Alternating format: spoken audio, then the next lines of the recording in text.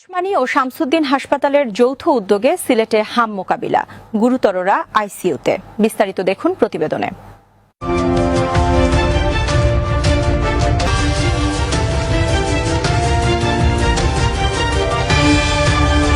সিলেটে দিন দিন বাড়ছে হামে আক্রান্ত শিশুর সংখ্যা। পরিস্থিতি সামাল দিতে হিমশিম খাচ্ছে স্বাস্থ্য বিভাগ। সিলেট শহীদ শামসুদ্দিন আহমদ হাসপাতাল ও Sylhet MAG Osmani medical college হাসপাতালের সমন্বিতভাবে চলছে চিকিৎসা সেবা।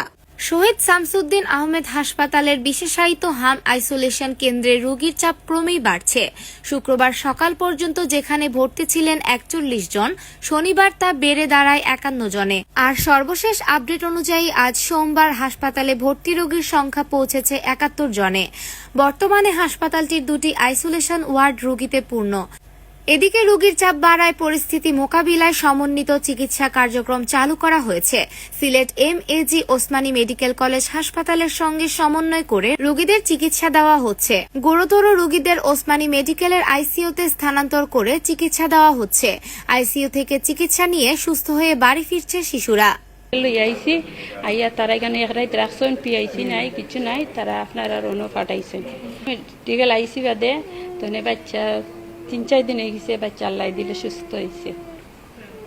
পাইয়া নিয়ার হসপিটাল আইসি বাদে এখানেও বাচ্চা আরো খারাপ হয়েছে। বাদে শামসুদ্দিন তারা দিছেন বাদে অনেক পায়ে শামসুদ্দিন তন তারা ওখান আপনারা অন্য দিছেন আইসেন। বাদে নবীগঞ্জ মেডিকেল ভর্তি করে 2 দিন রাখলাম বাচ্চারে। রাখার পরে এখান থেকে নিলাম বানিয়েছুন, 4 দিন রাখলাম মেডিকেল। তো বানিয়ান থেকে হবিগঞ্জ মেডিকেল রাখলাম 2 দিন। তো হবিগঞ্জ মেডিকেল তারা দেলারে ফাট করি গানো তো ইগানো লই আইলাম, ইগানো রাখলাম 2 দিন রাখিয়ার পর দেবো মেডিকেল শামসুদ্দিন মেডিকেল 2 দিন রাখা হইলো। তাই নিয়ে গানতে আবার এফাট করি গান দিলাম, মানে আইসে বাচ্চা শামসুদ্দিন হসপিটাল। এদিকে জটিল রোগীদের জন্য Sylhet MAG Osmani medical college হাসপাতালে হামের রোগীর জন্য চলমান 5 বেডের আইসিইউ ইউনিটকে 10 বেডে উন্নীত করার কাজ চলছে।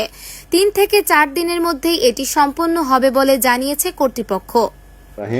আমরা শহীদ শামসুদ্দিন আহমেদ হাসপাতাল এবং ওসমানী মেডিকেল কলেজ হাসপাতাল, এই 2টা হাসপাতালের সমন্বয়ের মাধ্যমে আমরা সিলেটে যে হামের প্রকোপটা দেখা দিয়েছে সেইটা মোকাবেলা করার চেষ্টা করছি। এখন এটার প্রেক্ষাপটে এই মুহূর্তে আমাদের টোটাল পেশেন্ট প্রায় 80-র মতন ক্রস করেছে।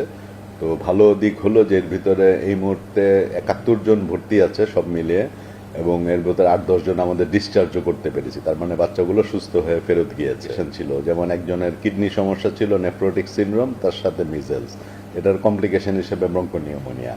আরেকটা বাচ্চার জন্মগত হৃদরোগ, কনজেনিটাল হার্ট ডিজিজ, তার সাথে মিজেলস এবং নিউমোনিয়া। এরকম বিভিন্ন কমপ্লিকেশন নিয়ে এখানে 5টা বাচ্চা চিকিৎসা পেয়েছে। স্বাস্থ্য বিভাগ জানিয়েছে সংক্রমণ নিয়ন্ত্রণে মাঠ পর্যায়ে কাজ জোরদার করা হয়েছে। প্রতিটি উপজেলা স্বাস্থ্য কমপ্লেক্সকে সতর্ক থাকার নির্দেশ দেওয়া হয়েছে।